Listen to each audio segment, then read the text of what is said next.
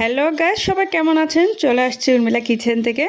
আজকে আপনাদের সামনে নিয়ে আসলাম হান্ডি চিকেন রান্নার রেসিপি নিয়ে।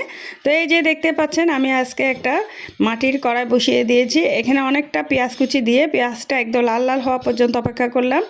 তারপর দিয়ে দিয়েছি আদা বাটা, রসুন বাটা। আমি আদা আর রসুনটা ইনস্ট্যান্ট বেটে তারপর দিয়ে দিয়েছি।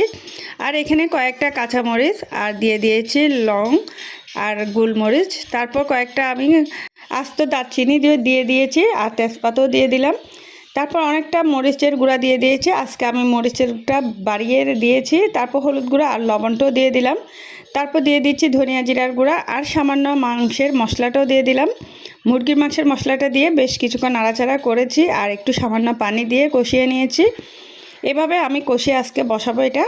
এই যে দেখতে পাচ্ছেন, খুব সুন্দরভাবে কষানোটা প্রায় হয়ে গিয়েছে। একদম কষানো হয়ে গিয়েছে, তেলটা উপরের দিকে উঠে আসছে। তারপর মাংসটা আমি দিয়ে দিয়েছি। আজকে মুরগির মাংসের ভিতর এত তেল ছিল বলার মতো না। এটা দেশি মুরগি ছিল, অনেক বড় মুরগিটা। একদম রান্নাটা খাসির মাংসের মতোই হয়েছিল, অনেকটা তেল বের হয়েছে। তো যাই হোক, এটা নাড়াচাড়া করে কিছুক্ষণ কষিয়ে নিয়েছি। আর কিছুক্ষণ পরপর ঢাকনাটা নামিয়ে আমি নাড়াচাড়া করে দিচ্ছি। নাড়াচাড়া করে করে আমি রান্না করেছি, কারণ মাটির পাতিলে নিচের দিকে লেগে যাওয়ার সম্ভাবনা থাকে। এই যে দেখেন কতটা চর্বি এখানে। তারপর আবার ঢাকনাটা দিয়ে বেশ কিছুক্ষণ রান্না করে নিয়েছি। এক পাশের চুলায় আমি কিছু আলুও ভেজে নিয়েছি। কয়েকটা আলু না দিলেও হয় না, কারণ এই মাংসটার ভিতর অনেকটা তেল ছিল। তো এই যে কতটা পানি বের হয়েছে দেখতে পাচ্ছেন। তারপর তেল দিয়ে আমি সামান্য এটা নাড়াচাড়া করে রান্না করলাম। এই যে খুব সুন্দর রান্নাটা হয়ে গিয়েছে, একদম তেলটাও পরের দিকে উঠে আসছে। এবার আমি আলুটাও দিয়ে দিচ্ছি আর একটু ঝোলের জন্য পানিও দিয়ে দিব কিছুক্ষণ পরে। এটা আর একটু কষানো হলে, আগে আলুটা দিয়ে বেশ কিছুক্ষণ নাড়াচাড়া করে নিয়েছি। এই যে আলুটাও দিয়ে দিয়েছি, আলুটা দিয়ে আরও কিছুক্ষণ কষিয়ে নিব। নাড়াচাড়া করে বেশ কিছুক্ষণ কষানো হয়ে গিয়েছে। আর দুইটা কিন্তু আমি এখানে আস্ত রসুন দিয়েছিলাম, সেটা আসলে উঠানোর কথা মনে ছিল না। তাই যাই হোক, এখন আরও কিছুক্ষণ কষানো শেষ। এখন আমি কিছুটা ঝোলের জন্য পানি দিয়ে দিচ্ছি। পানিটা দিয়ে একদম আমি এটা ঢাকনাটা দিয়ে একদম এটা ব্লক করে দিচ্ছি। এই যে কষানোটা প্রায় হয়ে গিয়েছে, পানিটাও দিয়ে দিলাম। এই যে দেখতে পাচ্ছেন, এখন আমি একটু ময়দা দিয়ে এটা আমি একদম বন্ধ করে দিব।